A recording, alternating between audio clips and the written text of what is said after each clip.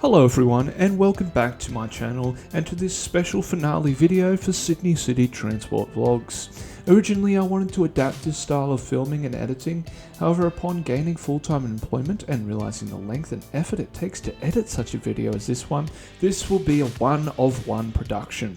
I filmed this back almost a year ago now and I'm finally working on just chopping it together and sending it out to you. Future edits, I assume, will just be clips of trains or days out with no narration. Let's jump in. Today's video is all about my old hometown of Waterfall. I'll take you through the town's history and my memories of living there. But first, let's top up the Opal card before we head down to the platform and wait for the train. Then on platform 2, is the one direction.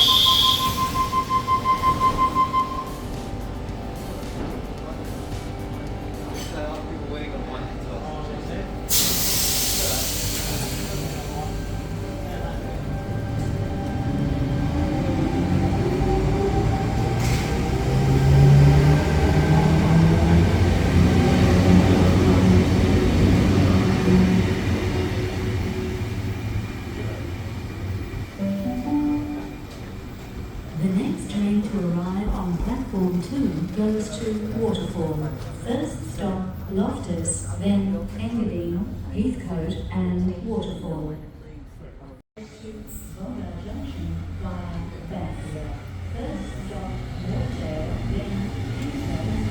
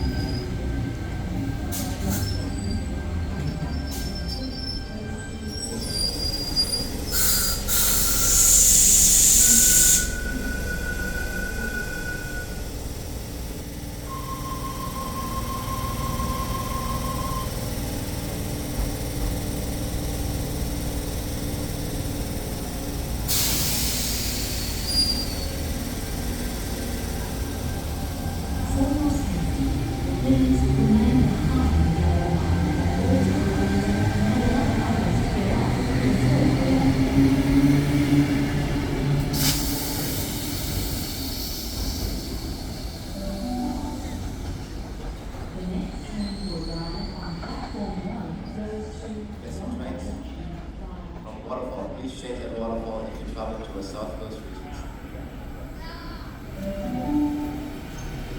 the train on platform 2 goes to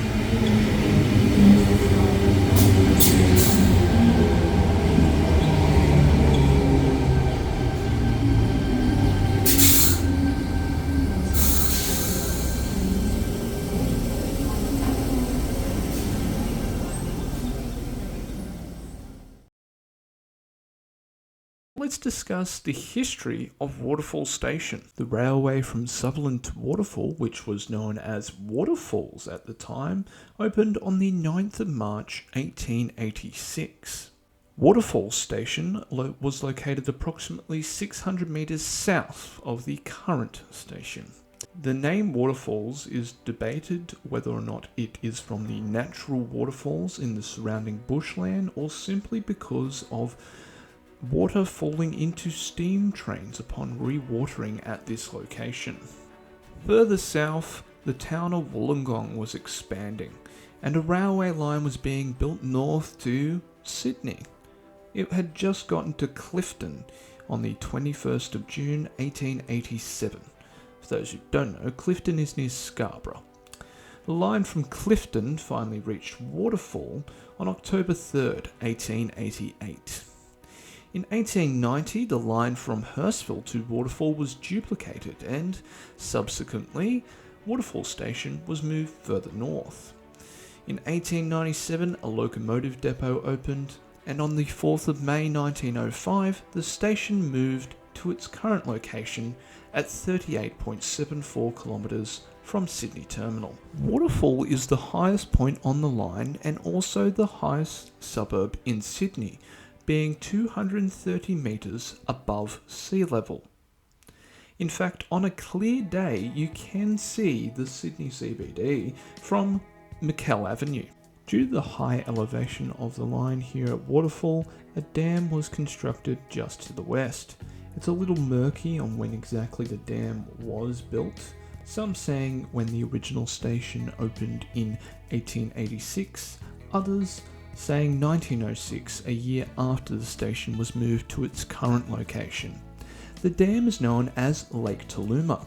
It was used to pump water to steam locomotives after their ascent. It still stands today. We attempted to visit it. More on that later in the video.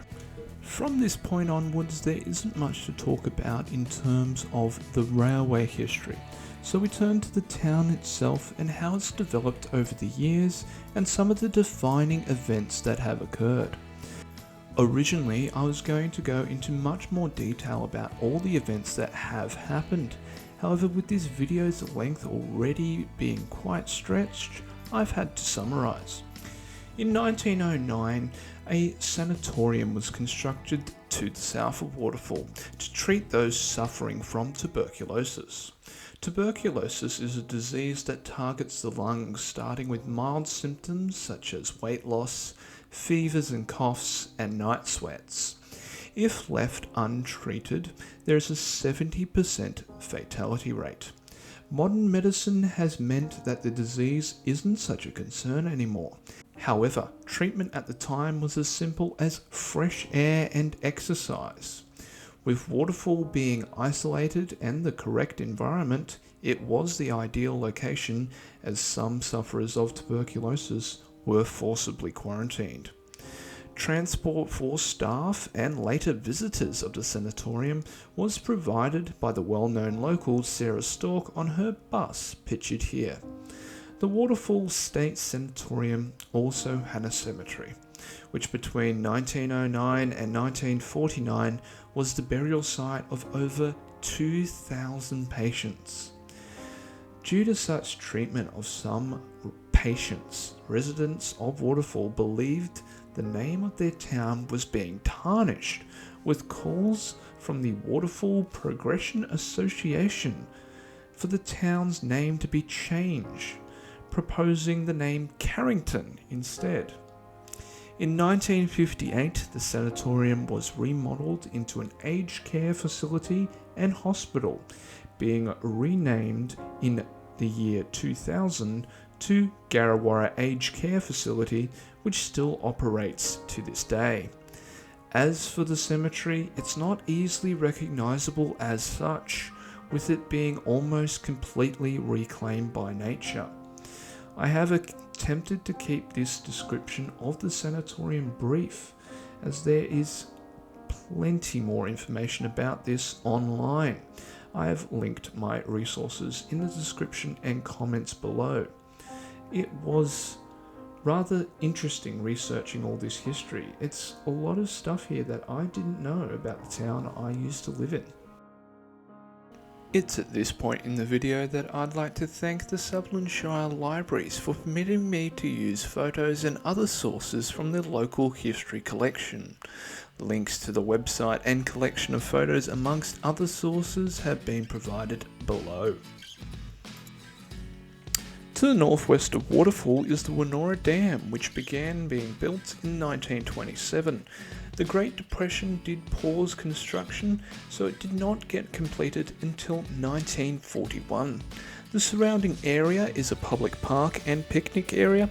I recommend coming by and giving a visit. It's a nice day out. A general store opened in Waterfall, which was also used as the local post office. It was run by Alan and Lucy Benn up until 1972. Geographically, Waterfall has the suburbs of Heathcote and Engadine to the north, Helensburgh as the next town south. To the east is the Royal National Park, and to the west is the Heathcote National Park. Interestingly, Waterfall is the border of Sydney and the Sutherland Shire, and is almost the halfway point between the Sydney CBD and Wollongong, being 40 kilometres into the Sydney CBD and 42 kilometres south to Wollongong.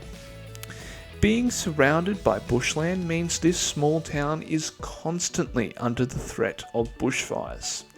Here in this image from 1949, you can see the layout of the town was mostly dirt roads, with the Princess Highway being a narrow strip through the middle there. Skipping ahead a couple of decades, we turn to the 1970s. The Department of Main Roads and Transport had decided to widen the Princess Highway and construct a toll road leading to Bulli Pass.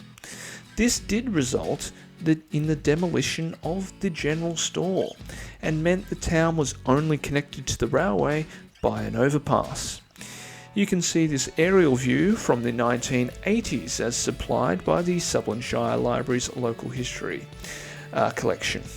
No exact date is known, it was given as between the 70s and the 90s, but if you look closely, with the railway being electrified on the 28th of September 1980 and the road project definitely being complete, it is pretty clear this image was taken after 1980. November 3rd, 1980. The first of a few devastating events to occur. 5 volunteer bushfighters were attempting to get off the Alula Trail as a deliberately lit bushfire was getting harder to fight. Suddenly, the wind changes and they're surrounded by fire. They are engulfed by fire and die at the scene. I can't even begin to imagine the devastation felt in the community at this time.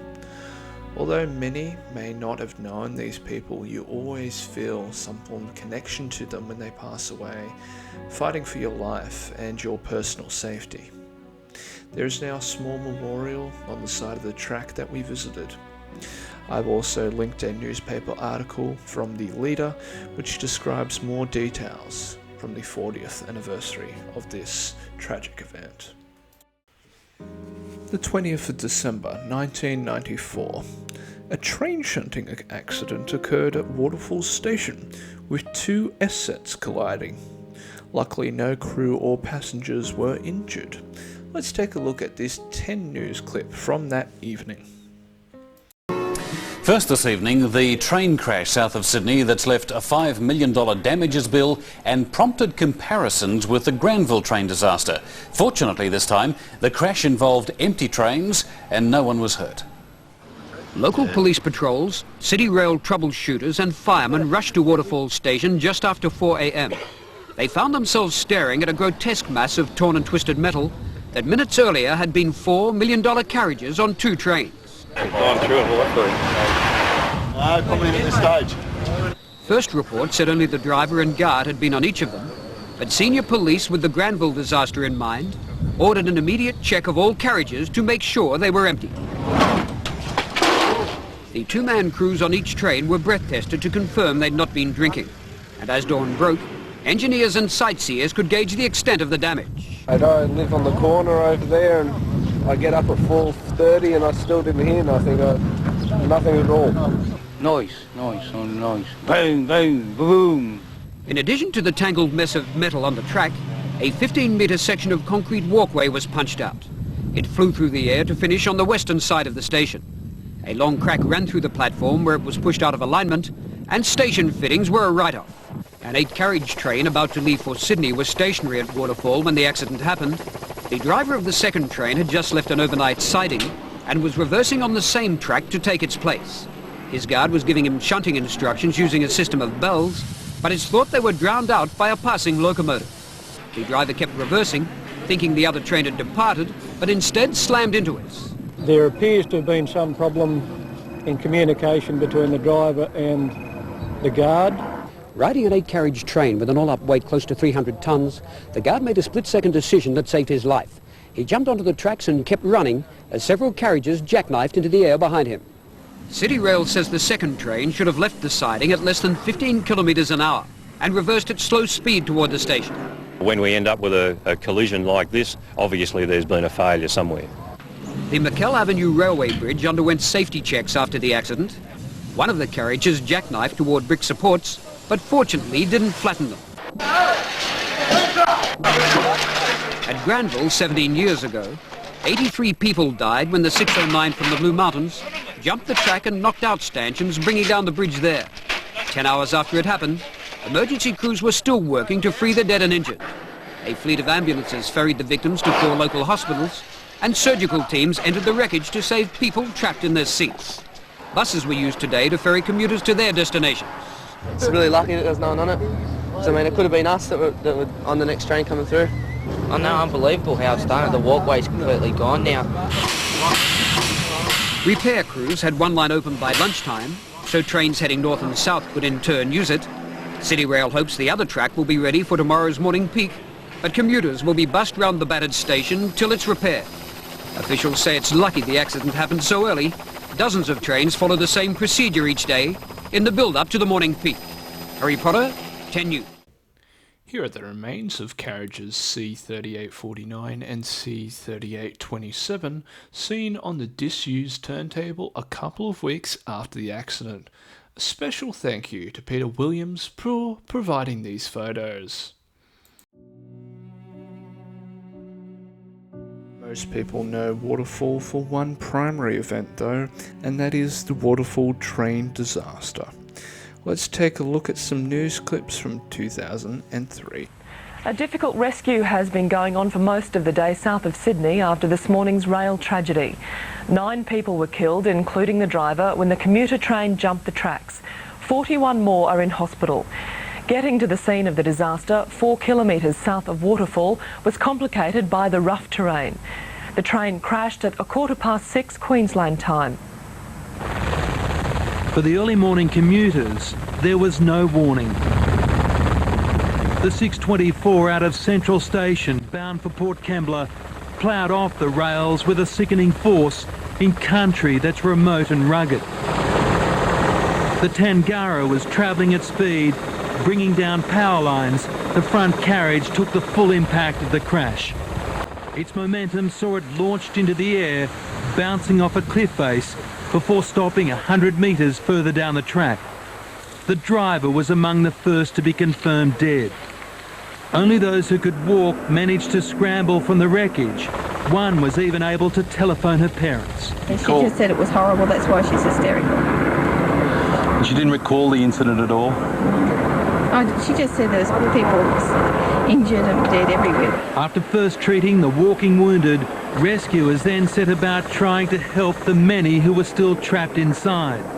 With doors locked shut, police were forced to clamber on to the upturned carriages and smash their way in. Residents from nearby Waterfall joined in the operation and spoke to survivors. The people said that they thought the train was travelling too fast around the bend. But for emergency crews, this was not the time to apportion blame, as they faced the demanding and difficult task of gaining access to the wreckage. The train itself is quite destroyed. It's almost like a car impact, and you've seen high-speed impacts with cars. The train has been ripped at various parts. It's quite, as I say, chaotic. One by one, the injured emerged from their broken and twisted carriages. It was painfully slow, as only four-wheel drive ambulances could make it in or out. And then there were the dead. First reports of numerous fatalities proved correct. I saw the book. One of them had been reading papers they've been reading, their lives snatched from them. In the end, the search and rescue mission took several hours. Once satisfied no one else was trapped, investigators moved in. As to what may have caused the derailment, clearly speed, things being left on the track, or any other combination, track buckling, or a whole range of causes may have actually resulted in this tragedy. Damien Ryan, National 9 News. Port Kembla bound G7 left Waterfall at 7:12 a.m. It is believed that shortly after departing, the driver suffered a fatal heart attack and passed away, falling onto the controls. The train reached an estimated speed of 117 km per hour on a 60 km/h speed limited curve, derailing and colliding with the rocky cutting, with some carriages overturning. 7 people, including the driver, died at the scene. The investigation into the accident uncovered glaring safety culture issues within City Rail. Primarily, the poor ergonomics of the driver's seat and the dead man's pedal meant that many drivers wedged a flag in there in order to weigh it down. The guard was at the rear of the train. Well, why couldn't he stop it by pulling the emergency brake? Well, the attitude of the time was that the driver was solely in charge of the train. Speeding was not considered an acceptable reason for the guard to slow or halt the train. The guard also reported that he suffered a microsleep before the accident, which raised questions about rostering for all City Rail staff. As a result of the accident, vigilance buttons were introduced, where if no action is taken by a driver after a certain amount of time, an audible alarm and light will flash. It can simply be reset by pressing the button. If the button is not pressed, the train's emergency brakes will be applied. All trains have also been fitted with data loggers, similar to how a black box works on a plane where all inputs are recorded. Emergency exits were also simplified to be used without railway-specific keys, as emergency personnel could not access the train when they were trying to rescue passengers. In 2004, all medical assessments were updated to include cardiac evaluations as mandatory for all City Rail staff. I sourced a lot of information and photos from a blog by Max S, who I've linked below. I found it rather interesting, and I thank him for his permission to use his words and photos in this video. Interestingly, while researching the Waterfall train disaster, I found out that the Broadmeadows runaway in Melbourne occurred just 4 days later. Tateset has done a great video on this, and I've linked it below. There just doesn't seem to be a stop to the amount of devastating events and occurrences at Waterfall. Human remains were found in the Royal National Park just off McKell Avenue in May of 2017. It was discovered to be the body of Matthew Levison. New South Wales Police have located human remains following an extensive search in the Royal National Park for missing man Matthew Levison. The 20-year-old was last seen leaving Arc nightclub in Darlinghurst in September 2007. Officers attached to Strikeforce Bowditch have continually investigated an area of the Royal National Park near Waterfall in the search for his body. We've conducted 3 extensive searches. The last search in this location commenced on the 22nd of May. At about 3 p.m. on the 31st of May, officers located remains believed to be his. They'll now be sent away for further forensic analysis. However, police and family have waited several years for this breakthrough. It's been a long journey for the family in their efforts to find their son, and hopefully this will bring them some relief. This is what we've worked for 9.5 years. We've achieved that. It's been our goal, and we've got there. We can. Of course, there's a lot of work for the police and coroner to do with Matt, so we won't get Matt back for a little while yet. We accept that. That's fine, but at least Matt is coming home. I think what's important is paying tribute to Matt's family in the fight that they've had to get to this point, and they really have been driving us, and it's a testimony to love that the family had for him and how hard they've fought to bring it to this point and bring their son home. Much more recently, in July of 2023, a body was found in a burnt-out car in the Waterfall Flat picnic area just 2 kilometres south of Waterfall in the Royal National Park. Police have still been unable to identify the body found in a burnt-out car near Waterfall. Fire crews were called to extinguish the blaze just after midnight on Monday and noticed the remains inside the Toyota RAV4. The body has been sent for forensic testing. Well, at this moment we really don't know what's occurred and the circumstances leading up to the vehicle fire and being in that location, and all the person's remains being found in that vehicle. So it's really a big piece of the puzzle. After such a dismal look at the incidents that have graced this small town on the outskirts of Sydney, we have arrived at the station. It's currently at Heathcote and is approximately 6 minutes away. For all customers travelling in towards the city today, the next train due to arrive at Waterfall Station will be arriving on platform number 2. This will be a Sydney Central Monday Junction service.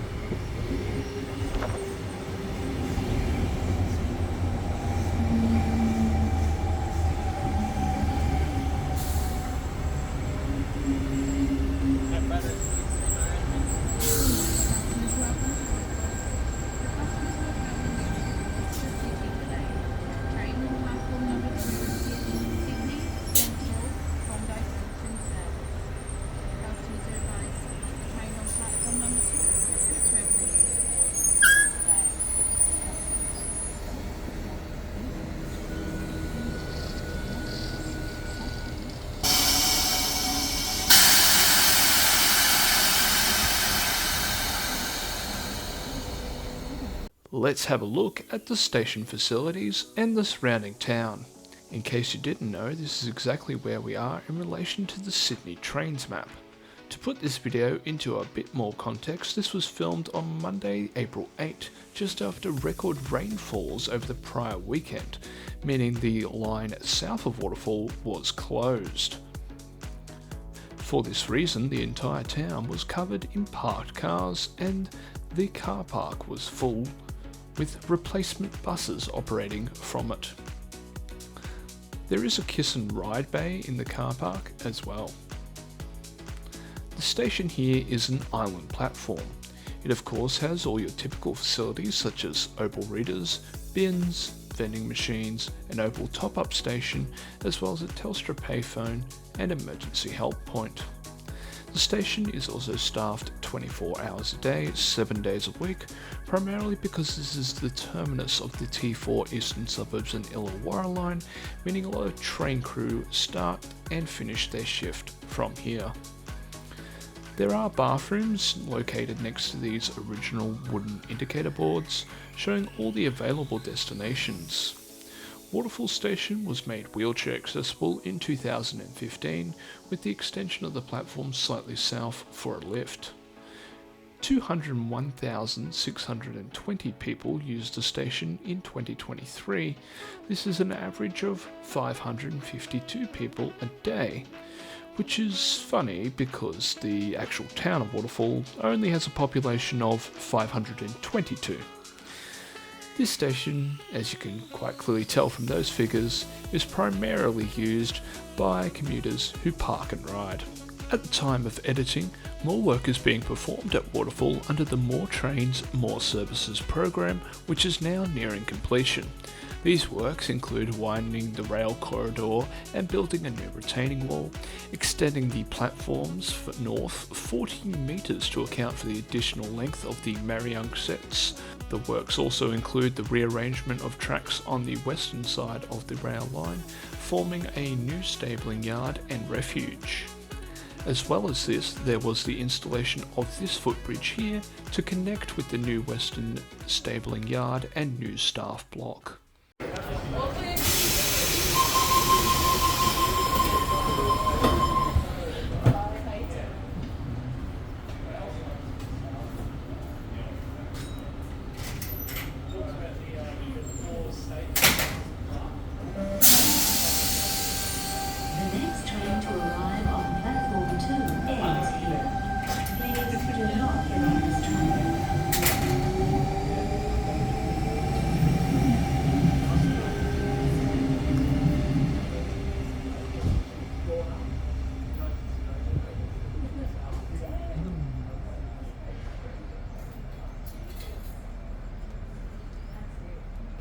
The town of Helensburgh, with a population of more than 9,000, is without a high school, meaning school students either have to commute to Bulli, Engadine or Heathcote high schools, with most choosing the latter.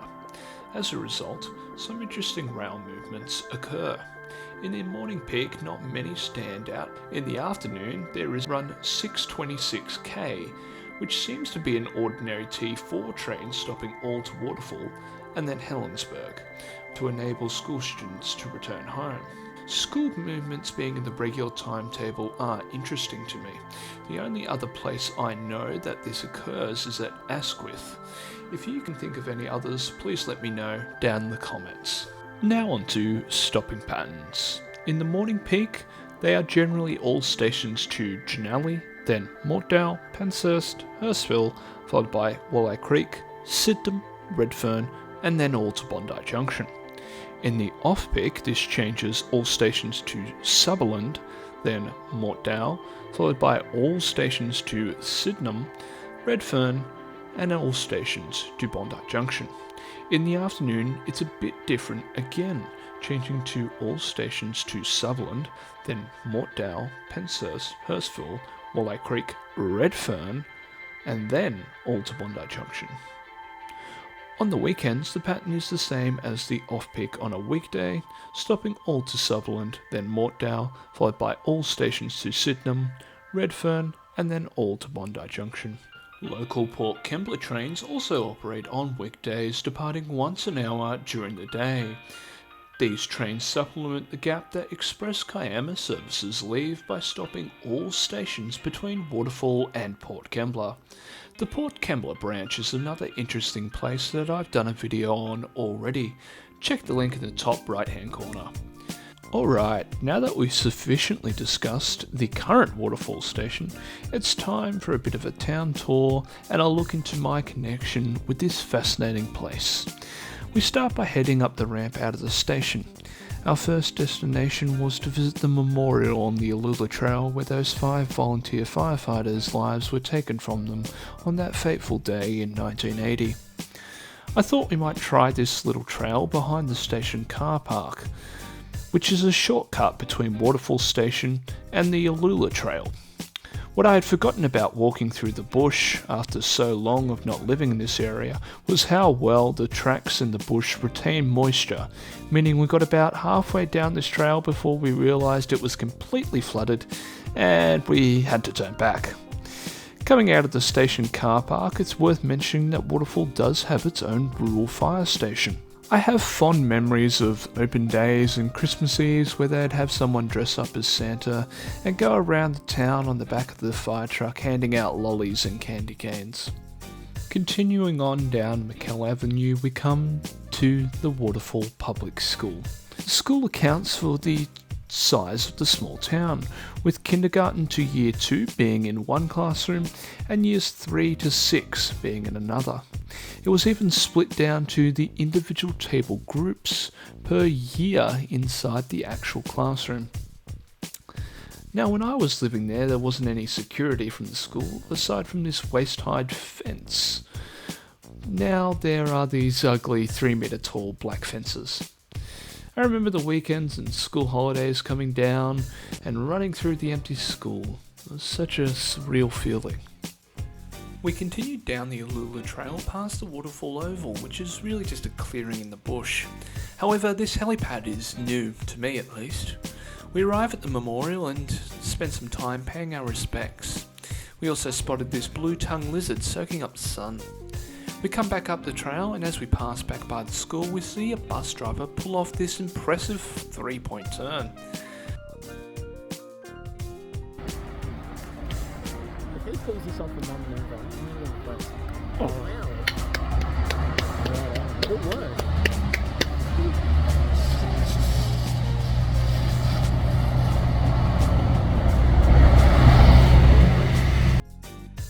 We have a brief look over the overpass, observing the traffic, before continuing to the Waterfall tennis courts.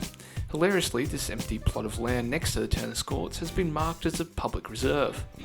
After this, we head on down the short path that connects Warrabin Street and the end of Yannagang Street, admiring this caterpillar.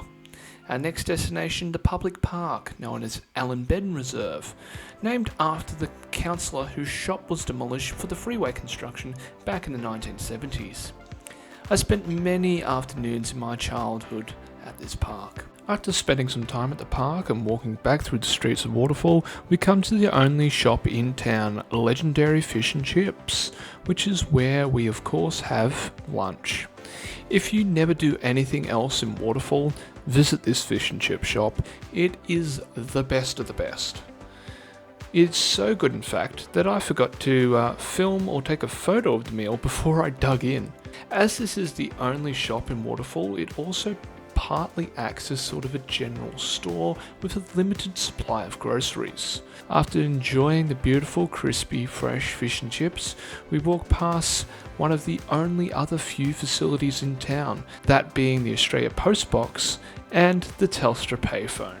We take a right and head down my childhood lane. The memories of this laneway come swimming back to me, running up and down, riding my scooter pretending that I'm a local train service and drawing with chalk all over the road. It's bizarre to say this as I've not lived here for 7 years now, but it felt like home. And I boil that down to the fact that it was the longest continuous time that I lived in one location, in one house, that I fully remember. 6 years from 2011 to 2017. And it's, one of the distinct reasons why Waterfall has always had that place in my heart, I suppose. Coming a bit further down the laneway was this property with trees we used to climb on. The house here, when I lived here, was vacant for quite some time before these residents moved in. At the end of the laneway, it just turns into bush, and I remember many adventures running around bush bashing through there. The clearing down here connects to Warrabin Street, where I distinctly remember seeing deer grazing one evening. We now head towards the Warrabin Street Fire Trail and the Bullawaring Trail. As we started down the track, I vividly remember the many weekends of exploring through the bush with no preparation whatsoever. What a wild time. Opening up on the personal side again, Waterfall was the perfect place to escape from the tumultuous time in my family. The nature and exploration I had when living here really helped me cope with the time that, although I didn't realise it, was one of struggle. I don't want to dig too much into the personal details of my upbringing, but it is important to note that if you are struggling with anything, reach out for help. Services are there to help you. I look back at this place through rose-tinted glasses with fun, nostalgic memories. However, I do recall the tough times, and writing up this script and recording this audio does bring some tears to my eyes. Heading back into where we are in the bush, the muddy trails weren't too great on us, and the entire area looked so familiar, and so much so that I led my friends off the track and became bush bashers. Admittedly, looking back, a bit arrogant of me to think that I'd remember this track off by heart after several years of not walking it. Nevertheless, we finally made our way back onto the track and onto the main track, where we found the signage that blocked our way to Lake Talooma. We briefly looked around the sinkholes, seeing if there was a way around it, and decided to play it safe and just turn back towards Waterfall. We could have taken a very long route around the entire lake. However, that would have taken, well over an hour, and it was already starting to get pretty late in the afternoon, around 3 o'clock. So it wouldn't have been ideal. We walked back up Warrabin Street, across the empty plot of land at the top of Tharawal Lane, and across the bridge to Waterfall Station, where we watched an empty Tangara come out of the Waterfall neck before heading past Platform 1.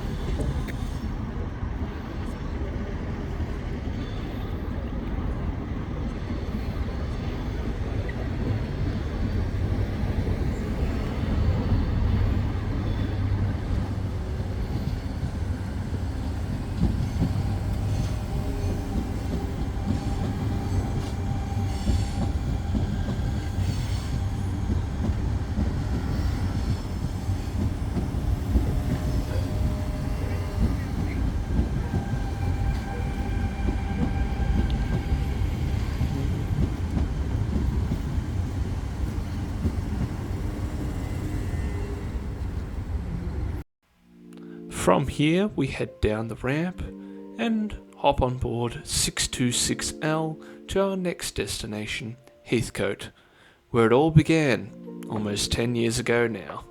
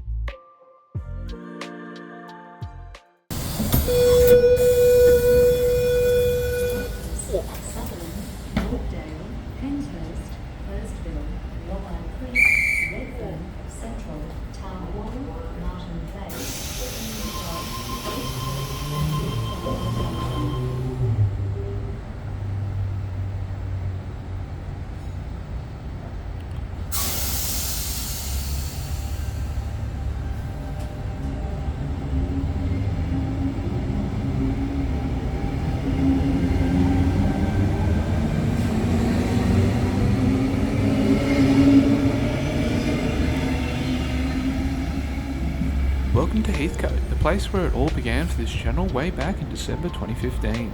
I didn't know much about trains back then, and I was filming on a Nokia 6700, which was quite old even for then. Let's rewind the clock and take a look back at that very first shot.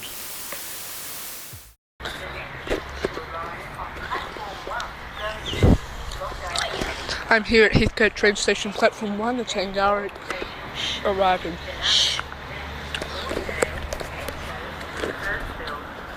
Ooh, front half is a flippy seat train.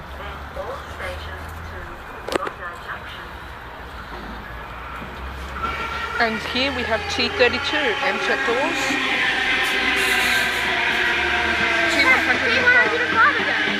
T105 arriving. No, it can't have been T105 we caught because it was like T125. Well, why did we take one? Talk about this one. It was a double train. Yeah. And it terminates, came back. Doors closing, please clear. Tangara departing. Platform 1, Heathcote train station.